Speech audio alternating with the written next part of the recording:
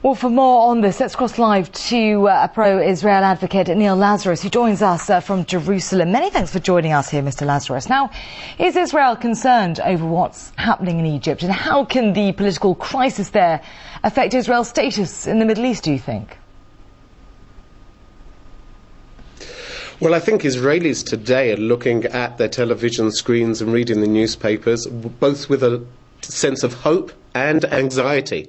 On the one hand, there's hope because democracy, which we have here in Israel, is spreading throughout the Middle East to Arab countries which haven't seen democracy before.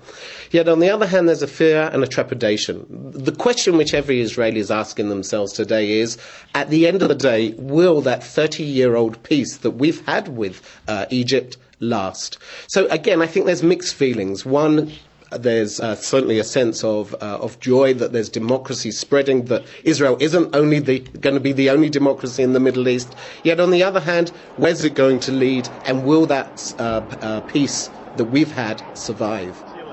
Now, many think that the US is involved in Egypt's internal politics, having been a long supporter of Mubarak's regime, but Washington now seems to be changing its rhetoric. Why is that, do you think? Again, I think that's a question which should be directed towards an American spokesperson. Here in Israel, Israel's looking from the sides, as I heard with another interview just before me. I think that the policy is Egypt has to decide. The people of Egypt have to take their own fate into their own hands. And really, this is a battle for democracy. The question we're asking here in Israel is, at the end of the day, when a new government presumably is going to be created, will it still be willing to hold out its hands to peace with Israel? And I think that that's a major concern both here in Jerusalem and in Tel Aviv. We have a generation today of Israelis, by the way, who only remember peace with Egypt. We have a generation who don't even remember 1979 and that handshake between Sadat and Menachem Begin.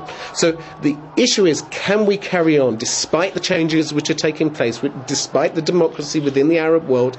Can we carry on and guarantee the continued peace between the two countries and the two people? And would you agree with what some other analysts have suggested, that international support for Israel is part of the problems that we're seeing in Egypt and elsewhere in the Middle East? Would you agree with that?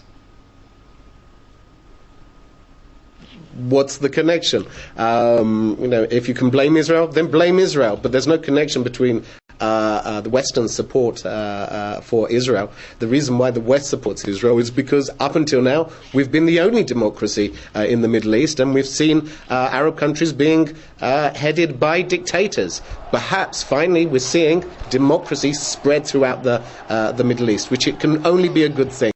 The question really is, and the real issue is, will the peace continue? Israelis are hoping that the peace with Egypt, the peace with Jordan will continue. And you never know, we may be able to make that peace further afield with Syria and other countries within the Arab world. And on that sustaining of the situation, do you think that this wave of unrest in Egypt is likely to spill into neighbouring countries? Well, it seems to be, and many people talking about the domino effect. And we are seeing countries, as you've been reporting, both in Jordan, Bahrain, Yemen, all looking at this domino effect which is taking place.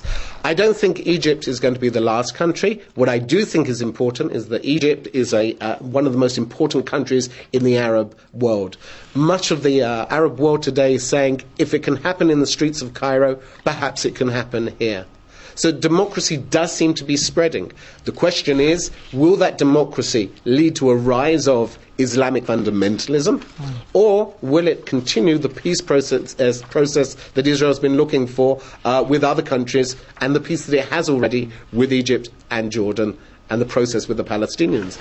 Okay, Neil Lazarus, many thanks for joining us from Jerusalem. Many thanks.